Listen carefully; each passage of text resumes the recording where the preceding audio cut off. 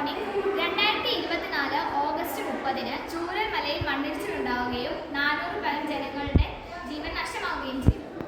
മണ്ണിടിച്ചിലുണ്ടാകുന്നതിന് മുമ്പ് ഒരു സൂചനയിലും ലഭിക്കുകയായിരുന്നെങ്കിൽ അവരുടെ ജീവൻ നമുക്ക് രക്ഷിക്കാമായിരുന്നു. ഇനിയും ഇങ്ങനെയുള്ള ദുരന്തങ്ങൾ ഉണ്ടാകുന്നതിന് മുമ്പ് അവരെ രക്ഷിക്കാനായാണ് ഞങ്ങൾ ഈ ഡിവൈസ് ഇവിടെ അവതരിപ്പിക്കുന്നത്. ഇനി മണ്ണിടിച്ചിലുണ്ടാകുന്നത് എങ്ങനെയാണ് നമുക്ക് നിരീക്ഷിക്കാം. ഭൂമിക്കുള്ളിൽ സ്വാഭാവികമായ ദ്വാരങ്ങളുണ്ട്.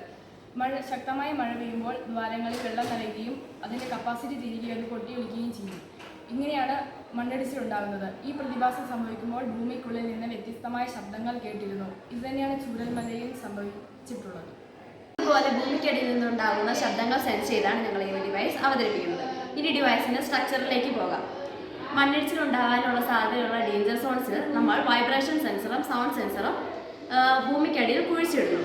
സ്വാഭാവികമായുള്ള ഭൂമിക്കടിയിലെ ദ്വാരത്തിൽ വെള്ളം നിറയുമ്പോൾ ഈ വൈബ്രേഷൻ സെൻസർ വൈബ്രേറ്റ് ചെയ്യുകയും സൗണ്ട് സെൻസറിൽ അതിൻ്റെ ശബ്ദം കേൾക്കുകയും ചെയ്യുന്നു.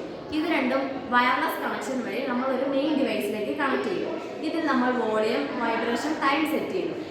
നമ്മൾ സെറ്റ് ചെയ്തിരിക്കുന്ന വോളിയം, വൈബ്രേഷൻ, ടൈം എന്നിവയ്ക്ക് മണ്ടയിൽ ഇത് പോവുകയാണെങ്കിൽ നമുക്ക് ആ ഡിവൈസിൽ കൃത്യമായ അലർട്ട് ലഭിക്കുന്നു. നമ്മൾക്ക് ഇങ്ങനെ സൗണ്ടോ വൈബ്രേഷനോ ലഭിക്കുകയാണെങ്കിൽ നമുക്കത് മനസ്സിലാക്കാം അതൊരു മണ്ണിടിച്ചിലിന് സാധ്യതയുള്ള സംഭവമാണ്. ഇനി നമുക്കിതിൻ്റെ പ്രവർത്തന രീതി പരിശോധിക്കാം. പൈത്തണിലാണ് ഇത് പ്രോഗ്രാം ചെയ്തിരിക്കുന്നത്.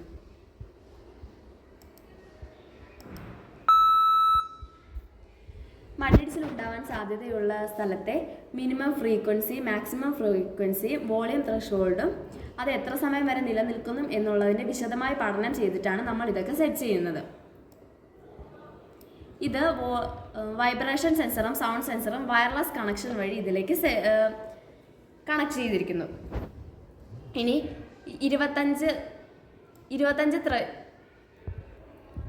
25 ത്രെഷോൾഡിന് മുകളിൽ വോളിയവും മിനിമം ഫ്രീക്വൻസി മാക്സിമം ഫ്രീക്വൻസിയുടെ ഇടയിലും 3 സെക്കൻഡ് ഡ്യൂറേഷനും ഇത് മൂന്നും കവിയുകയാണ് എങ്കിൽ ഇതിൽ അലേർട്ട് ലഭിക്കുന്നു.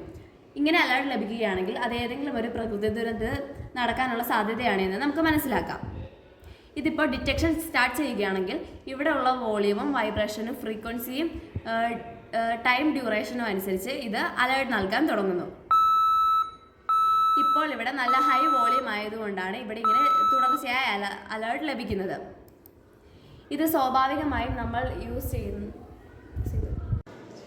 ഈ ഡിവൈസ് വൈബ്രേഷൻ സെൻസറും സൗണ്ട് സെൻസറും കുറിച്ചിടുന്നത് വളരെ നോയ്സ് ഒന്നും ഇല്ലാത്ത സ്ഥലത്തായിരിക്കും. കാരണം അങ്ങനെയുള്ള സ്ഥലത്തിലാണ് ഈ കൂടുതലായും മണ്ണിടിച്ചിലൊക്കെ സംഭവിക്കാൻ സാധ്യതയുള്ളത്. ഭൂമിക്കടിയിലുള്ള ശബ്ദമല്ലാതെ പുറത്തു നിന്നുള്ളൊരു ശബ്ദവും അവിടെ കേൾക്കാൻ സാധ്യതയില്ല. അതിനാൽ ഇത് വൈബ്രേറ്റ് ചെയ്യുകയാണെങ്കിൽ അതെന്തെങ്കിലും ഒരു പ്രകൃതി ദുരന്തത്തിൻ്റെ സ്വാഭാവികമായി സംഭവിക്കാൻ അവിടെ ഇടയായിട്ട് കാരണമുണ്ടാവും. ഈ ഡിവൈസ് മറ്റ് ഡിവൈസുകളെക്കാൾ പ്രയോജനകരമാണ്. മാത്രമല്ല നമുക്കിത് എവിടെ വേണമെങ്കിലും ഉപയോഗിക്കാൻ സാധിക്കും. ഇത് ബഡ്ജറ്റ് ഫ്രണ്ട്ലിയാണ്.